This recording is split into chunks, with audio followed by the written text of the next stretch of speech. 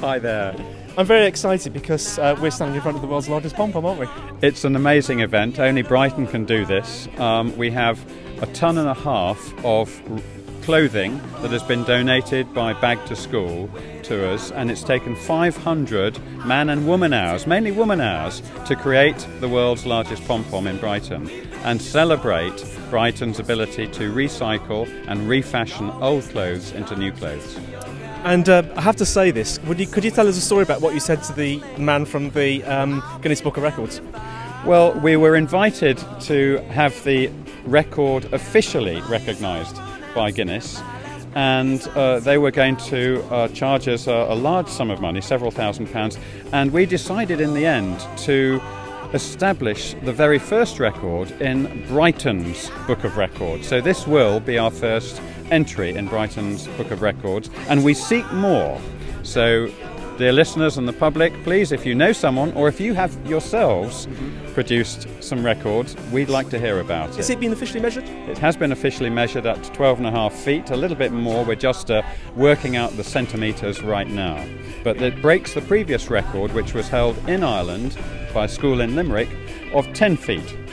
And it will take some time before we think this record is broken again. Well, I organised Brighton Fashion Week, director of Brighton Fashion Week, and lovely Clive contacted me and seeing if we'd be interested in doing a project which promotes sustainability.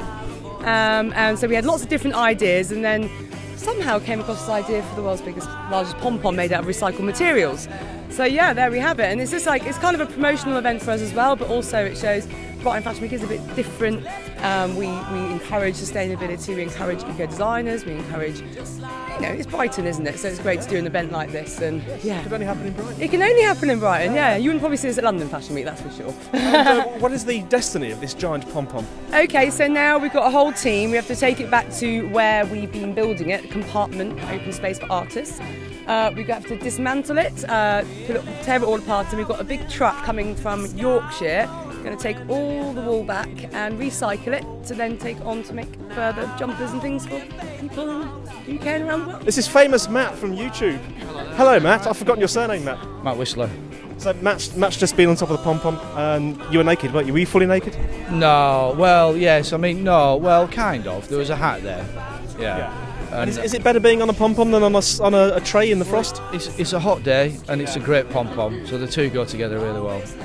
Yeah, it was fantastic. It was a great experience. It's brilliant fun to be standing on the world's biggest pom-pom. I'd recommend it to anyone. Julianne, now you are responsible for this pom-pom, aren't you? No, I can't take any credit. The wonderful Eddie produced this marvellous, what I'd like to call it a sculpture. I think it's true art. I'm an artist myself, so I'm slightly biased. I'm very fussy about art too. I think that the combination of colours she's brought into this and how she's put it all together, she's actually thought about this very carefully. And the textures that has come from this kind of soaring up idea. Yes, when I arrived there was a guy with a chainsaw just putting finishing touches on. Yeah, a chainsaw to and these... we found £20 in one of the pockets. Yeah. Did you? Well, yeah, we did. Wow. I bet you find more of those as well. Well, I'm just keeping an eye out for a stray opal fruit now. And any colour will do. I like the green ones myself. But you see, if you walk around it, you get this kind of fusion of colour that changes, going from some neutrals to reds to pink. It's fantastic. I think she's done a great job. We just got the privilege of standing on top and sitting on top. Very comfy. It must be extremely comfortable. It did look at one point like it was a giant dress that you were wearing.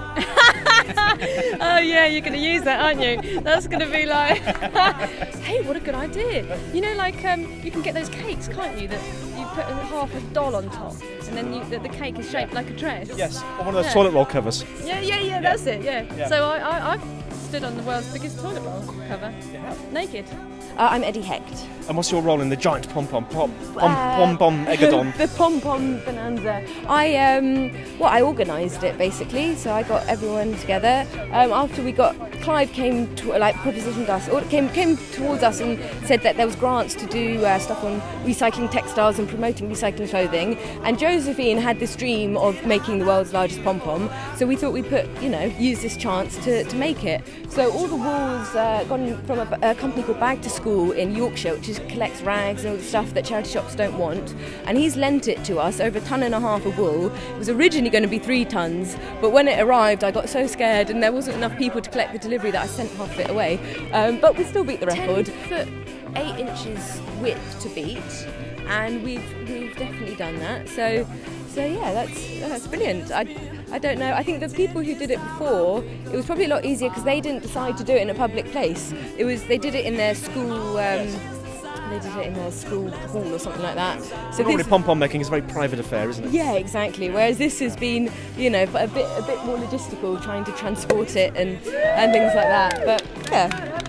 You must be very proud of yourself, a new record holder. Yeah, I know.